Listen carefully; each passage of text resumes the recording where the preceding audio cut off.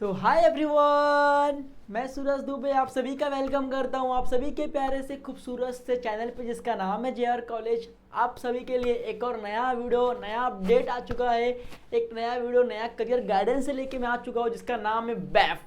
बैफ ये नाम आपने सुना होगा, बट बैफ कैसे करना है, इसमें क्या स्कोप है, क्या सैलरी है, क्या एलिजिबिलिटी है, क्या हम कर सकते हैं या नहीं कर सकते हैं। लाखों डाउट्स आपके मन में उग रहे होंगे क्योंकि अब 12th के रिजल्ट आ गए एंड 12th के बाद आपको क्या करना है, आप टोटली कंफ्यूज हो। इसके लिए आप टोटली हम लोग ने क्या किया, हमने आपके लिए सेपरेट वीडियो लाना चालू कर दिया, जिस वीडियो को देख के आपके जो डाउट्स है ना वो डाउट्स क्या हो जाएंगे, क्लियर हो जाएंगे। तो हम इस वीडियो में बात करने वाले हैं कि आफ्टर 12th अगर आप चाहते हो बैफ करना तो बैफ क्या होता है, बैफ करना चाहिए नहीं करना चाहिए, हर एक चीज़ इस वीडियो में बात करने वाले। तो इस वीडियो को लास्ट तक देखना और बैफ के ऊपर सारे इन्फॉर्मेशन इस वीडियो में आपको दिए गए हैं, ठीक है। तो आफ्टर 12th बैफ आप कर सकते हो। स्कोप क्या है, एलिजिबिलिटी क्या है, कॉमर्स स्ट्रीम का है, सैलरी, बैफ सुना है बट कोई आइडिया नहीं है, ग्रोथ इन करियर। तो ये सब सारे जो डाउट्स आपके हैं इस वीडियो में मैं सॉल्व करने आया हूँ। तो सबसे पहले बैफ क्या होता है देखते हैं हम लोग कि बैफ होता ही क्या है। तो बैफ क्या है, BAIF is a 3 years full time under graduate course under the commerce stream, accounting principles, finance subject and auditing and reporting. जैसे कि बैफ जो है वो बैचलर ऑफ क्या है, देख सकते हो बीएफ, बैफ मतलब bachelor of accounting and finance, इसका फुल फॉर्म है। ये 3 years का कोर्स है। पर ईयर आपको 2 सेमेस्टर वाइज एग्जाम देना होगा। जैसे कि पहले ईयर में फर्स्ट सेमेस्टर सेकंड सेम का एग्जाम होगा, सेकंड ईयर में थर्ड सेम का और फोर्थ सेम का एग्जाम होगा एंड लास्ट थर्ड ईयर में आपको फिफ्थ सेम और सिक्स सेम का एग्जाम देके आप बैफ की डिग्री हासिल कर सकते हो। अब बैफ में क्या होता है, बैफ जो है वो अकाउंटिंग प्रिंसिपल है भाई, सीधी सी बात है। अकाउंटिंग के बारे में पढ़ना है आपको। अगर आपको मैथ बहुत आपको अच्छा लगता है, आपको बीके बहुत पसंद है, बीके आपने अच्छे से किया, आपको मैथ्स अच्छे से आता है, तो आप लोग बैफ की तरफ जा सकते हो, जो कि अकाउंटिंग प्रिंसिपल बताता है आपको। Financial and overall cost accounting, जिसमें सब्जेक्ट होंगे financial and cost accounting. Finance subject भी रहते हैं जैसे कि फिनेंशियल मैनेजमेंट, इन्वेस्टमेंट, टैक्सेशन, ये सब आपको पढ़ना होगा। पसंद है तो आप बैफ कर सकते हो। Auditing and reporting, business laws, economics and communication, तो इसमें ऑडिटिंग एंड रिपोर्टिंग भी होंगे जिसमें बिजनेस लॉ के बारे में, इकोनॉमिक्स के बारे में एंड साथ ही साथ कम्युनिकेशन के बारे में आपको सिखाया जाएगा बच्चा। तो ये जो बैफ है तो टोटली पूरे तरीके से अकाउंटिंग का सब्जेक्ट है। अगर आपको अकाउंट से मिला हुआ है, आपको अकाउंट से प्यार है, आपको नंबर से प्यार है, तो आप टोटली बैफ कर सकते हो। और बैफ में काफ़ी ज़्यादा स्कोप है एंड बैफ एक अच्छा कोर्स आपके लिए साबित हो सकता है कि अगर आपको थ्योरी नहीं पसंद है, आपको अकाउंट्स पसंद है, तो आप अकाउंट्स के लिए मोस्ट सबसे इम्पॉर्टेंट जो ये बैफ की डिग्री है बहुत इंपॉर्टेंट है। अगर आपको अकाउंट्स पसंद है आप बैफ लेना ही लेना, क्योंकि बैफ बहुत अच्छा कोर्सेज है, ठीक है। उसके लिए एलिजिबल क्या होगा, एलिजिबिलिटी होगी, क्वालिफिकेशन होगा 12th पास। आपको 12th पास होना है पहले, कोई भी स्ट्रीम से नहीं, कॉमर्स स्ट्रीम से। अगर कॉमर्स से 12th पास हो तो आप बैफ ले सकते हो, साइंस वाले को बैफ नहीं अलाउड होता है, ठीक है। मिनिमम मार्क्स कितने होंगे, 50%, कम से कम 50% आपको मार्क्स चाहिए आपके 12th के रिजल्ट में। और साथ ही साथ जो एडमिशन बेसिस होगा वो मेरिट बेस पे भी हो सकता है, कट ऑफ भी हो सकता है और एंट्रेंस टेस्ट भी हो जाएगा। ये अलग अलग यूनिवर्सिटी के रूल्स के हिसाब से। अभी कोई जो होगी यूनिवर्सिटी वो क्या करती है, कट ऑफ रखती है कि भाई 90 के नीचे हम नहीं लेंगे या 70 के नीचे नहीं लेंगे, ऐसा कट ऑफ होता है। मेरिट बेस मतलब कि मेरिट बेस पे कि 50% अगर है आपको 12th में तो आपके एडमिशन हो जाएंगे। इंट्रेंस मतलब कि कोई कोई जो यूनिवर्सिटी है वो क्या करती है, कोई कोई जो कॉलेजेस है वो क्या करते हैं, अपना खुद का इंट्रेंस एग्ज़ाम रखते हैं। तो सबसे पहले एडमिशन करना होगा तो सबसे पहले आपको मुंबई यूनिवर्सिटी के फॉर्म को फिलअप करना होगा ऑनलाइन अगर आपने मुंबई यूनिवर्सिटी के फॉर्म को फिलअप कर दिया तो उसके बाद आप अलग अलग अपने मन से कॉलेजेस को देख के कॉलेज के इन्फॉर्मेशन देख सकते हो और कॉलेज के आप फॉर्म फिलअप कर सकते हो बच्चा। तो ठीक है, तो ये सारी चीज़ों की बात हमने यहाँ पे कर ली एडमिशन के ऊपर। उसके बाद देखिए, उसके बाद बैफ कोर्स के स्ट्रक्चर कैसा होगा। बैफ कोर्स का स्ट्रक्चर होगा 3 years का, first year, second year and third year. 3 year के बाद आपको बैफ की डिग्री मिलती है, ठीक है। तो बैफ का जो पहला होगा फर्स्ट FY, फर्स्ट ईयर का बैफ, उसमें आपको जो सब्जेक्ट देखने मिलने वाले वो है फिनेंशियल अकाउंटिंग, मतलब फाइनेंस के बारे में, अकाउंटिंग कैसा होता है, कॉस्ट अकाउंटिंग, देखो दो सब्जेक्ट अकाउंटिंग का दिख रहा है, मतलब पूरा तरीके से क्या है ये प्रैक्टिकल होगा।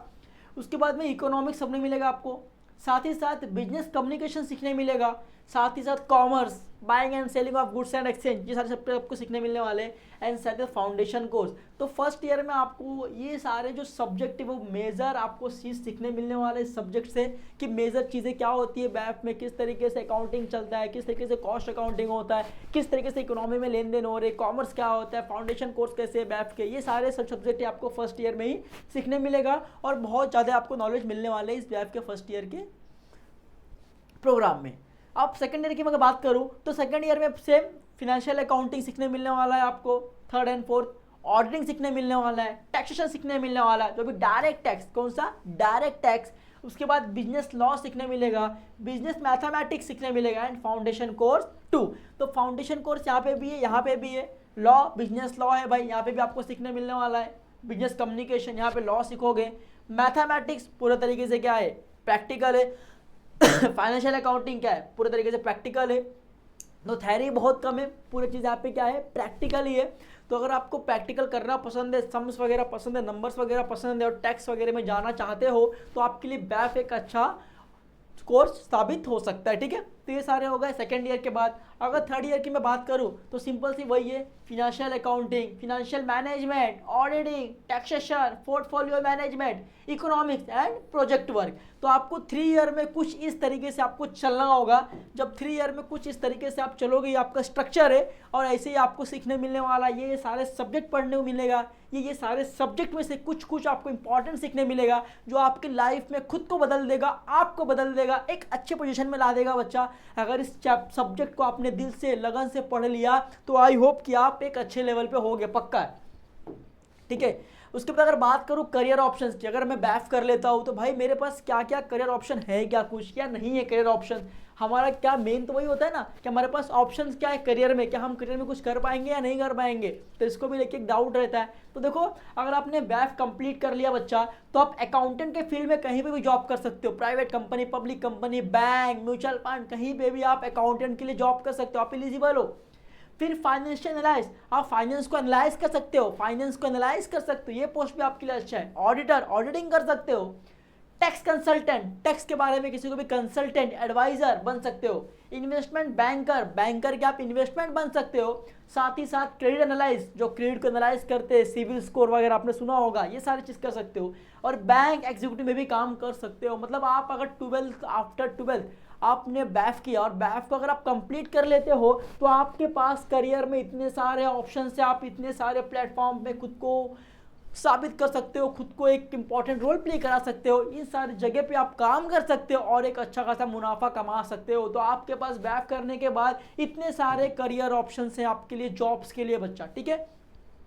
उसके बाद अगर मैं बात करूं हायर स्टडीज़ की, कि बैफ के बाद अगर मुझे और पढ़ना था क्या मैं पढ़ पाऊंगा या नहीं पढ़ पाऊंगा, क्या मैं बैफ करके ही रुक जाऊंगा क्या, नहीं। अगर बैफ करने के बाद अगर आपको पढ़ना है तो आप बैफ करने के बाद यार MBA कर सकते हो फाइनेंस एंड बैंकिंग में। किसमें? फाइनेंस एंड बैंकिंग में। बैंकिंग में मत कर रहा, मैं बोलता हूँ कि इसमें आप करना फाइनेंस एंड ऑडिटिंग में करना, फाइनेंस एंड ऑडिटिंग में करना, ठीक है। यहाँ पे होता है बैंकिंग से चलेगा। MBA अगर आप फाइनेंस एंड बैंकिंग में करते हो बैफ के बाद तो भी आपके लिए एक अच्छा कोर्स होगा। MCOM भी सेम, बैंकिंग एंड फाइनेंस अगर आप करते हो तो बहुत अच्छा है। साथ ही आप CA कर सकते हो बैफ करने के बाद। सबसे इंपॉर्टेंट कोर्स है जो प्रोफेशनल कोर्स है वो है CA, चार्टर अकाउंटेंट, CFA है चार्टर्ड फाइनेंशियल एनालिस्ट, CFA है सर्टिफाइड पब्लिक अकाउंटेंट। मतलब कि आप बैफ करने के बाद भी अगर अपने आप को वैल्यू बढ़ाना चाहते हो, हाई स्टडीज़ करना चाहते हो, तो बैफ करने के बाद भी आपके पास MBA जैसा ऑप्शन, MCOM जैसा ऑप्शन, CA जैसा ऑप्शन, CFA जैसा ऑप्शन, CPA जैसा भी ऑप्शन अवेलेबल है। आप 12th करने के बाद कर सकते हो। अगर आप सोच रहे हो कि साथ में करना तो बैफ के साथ आप CA कर सकते हो, CPA कर सकते हो और CFA भी कर सकते हो बैफ के साथ। तो 3 ईयर में आपको बैफ की भी डिग्री मिल जाएगी प्लस CA मिल जाएगा 4 साल में, और ये सारे प्रोफेशनल कोर्स की भी डिग्री मिल जाएंगे, क्योंकि बैफ और CPA, CFA और CPA मिलता जुलता सेम सा इस पे सिलेबस है। तो आप बैफ, CFA और CPA साथ में कर सकते हो। इससे आपको क्या होगा, प्रोफेशनल कोर्स की डिग्री मिल जाएंगे और साथ आपको डिग्री के भी कोर्सेज के आपको डिग्री मिल जाएंगे, तो डबल फायदा आपका हो जाएगा, ठीक है बच्चा। ये क्लियर हो गया। अगर बात करूँगा एवरेज सैलरी की, अगर बैफ करने के बाद अगर आप एक छोटा सा भी सैलरी की जो एक्सपेक्शन रखते हो, एक्सेप्शन रखते हो कि मुझे इतनी सैलरी कम से कम मिल जाएगी बैफ करने के बाद, तो अगर आप अकाउंटेंट फील्ड की जॉब, अकाउंटेंट में आप जॉब करते हो, इस पोस्ट पे आप जॉब करते हो, तो आपका जो पैकेज होगा 50,000 से लेके 4,50,000 पर एनम हो सकता है। मतलब सोच लो 2.5 लाख से लेके 4.5 लाख पर एनम हो सकता है। और बात करूँ मैं अगर फिनेंशियल एनालिस्ट के वर्क पे आप जॉब कर रहे हो, इस पोस्ट पे आप जॉब कर रहे हो, तो 3.5 लाख से लेके 6.5 लाख तक हो सकता है। अगर कहीं पे आप एडवाइज़र जैसे काम कर रहे हो तो 4 लाख से लेके 7 लाख तक पर एनम हो सकता है। अगर टैक्स एडवाइज़र हो, आप टैक्स के ऊपर कोई एडवाइस कर रहे हो बच्चा, तो सिंपल सी बात है भाई, आपको 3 लाख से लेके 6 लाख तक पर एनम के लिए यहाँ पे आपको देखने को मिल सकता है बच्चा, ठीक है। अगर आप इन्वेस्टमेंट एनालाइज करते हो, क्या करते हो, इन्वेस्टमेंट अगर आप एनालाइज करते हो बच्चा, तो सिंपल सी बात है आप 5 लाख से लेके 10 लाख तक यहाँ पे आप देखने को आपको मिल सकता है बच्चा, ठीक है। और साथ ही साथ मैं आपको बात करूं, साथ ही साथ अगर आपने सीए किया, बैफ के साथ में अगर आप सीए कर ले रहे हो, सीएफए कर ले रहे हो,